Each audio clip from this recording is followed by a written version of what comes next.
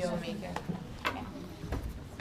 One of the most fun parts of our production process is trying to figure out how to match a certain level of quality without exceeding the budget of having say a fully unionized large-scale production.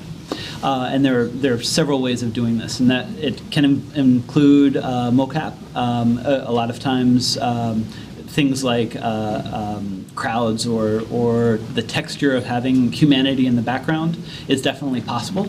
But what you would always want to make sure is that that part in particular is not distracting from the focus of your shot. So we always want to make sure that whatever that texture may be in the background, it can be everything from a silhouette, if that's an artistic choice, to a fully mocapped person, to their software capabilities that build out essentially mobs of people, and it's all computer created. I would say a lot of times what we do is we talk about the brands of a certain persona.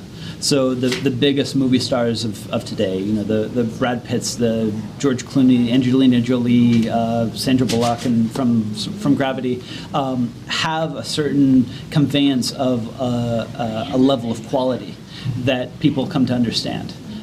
So I would say that the movie star is not going away anytime soon. That there'll be a shift from people saying, yes, the movie star isn't as important as the character, but from the visual standpoint, you want to make sure that the performance is always believable. And there's, of course, things that you can do in post. You can re-edit someone. You can, fully computer animate them. You can make little fixes to it.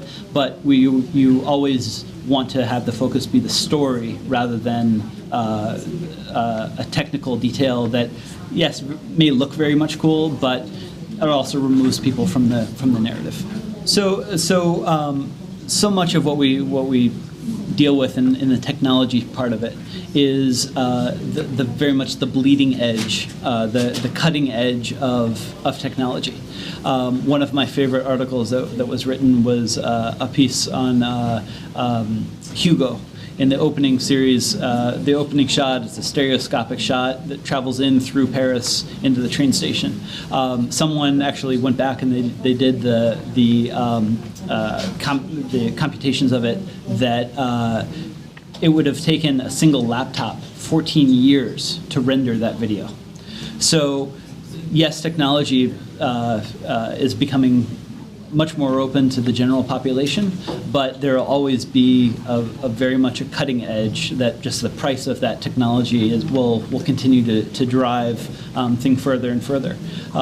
One of the questions that was asked to John Knoll earlier today was what was his favorite project to work on, whether it was Pirates of the Caribbean to Pacific Rim.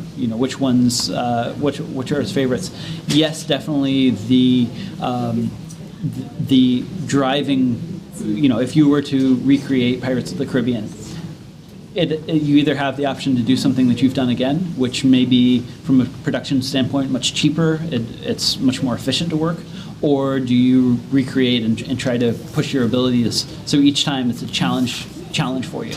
So you have both the force that tries to push the creativity of something, or you have the force that tries to push the efficiency of something and to drive down the costs. So compositing is definitely, it's the final step that brings everything together. Until that point, until you composite something, it is all within the vision of the creative team. So that, yes, you can imagine what something would look like, but it's not until that final composition that it truly matters. Now, there's two parts to that. One would be that if the vision of a creative person isn't there, the compositing team can make up for a lot of difference for that, while it also allows the production process to be very nimble until that final composite. So you can remove an element, work on it, improve on it, and put it back in without going back to square one on a rather large single render. So I would say the number one thing that we always consider is that we don't work on an island. the business that we work in is 100% collaborative. So whether we're looking to bring on artists, whether we're looking to see where the industry is traveling or what other people are doing, we always want to be engaged in that community. So this conference in particular, it gives us an option. Personally, on one hand, I can see what other companies are working on and what they're most proud of and what directions they want to head, as well as working with, communicating with, and inspiring artists that we'll then bring into our own network of people. We average anywhere between 200 to 250 freelancers at any given time. And we have a database of over 10,000 people that will call on depending on their skill sets or their look, their aesthetic. So, of course, being out in the community and meeting with people that are inspired to work in this industry is very important to the future of our studio. So we have people to work with.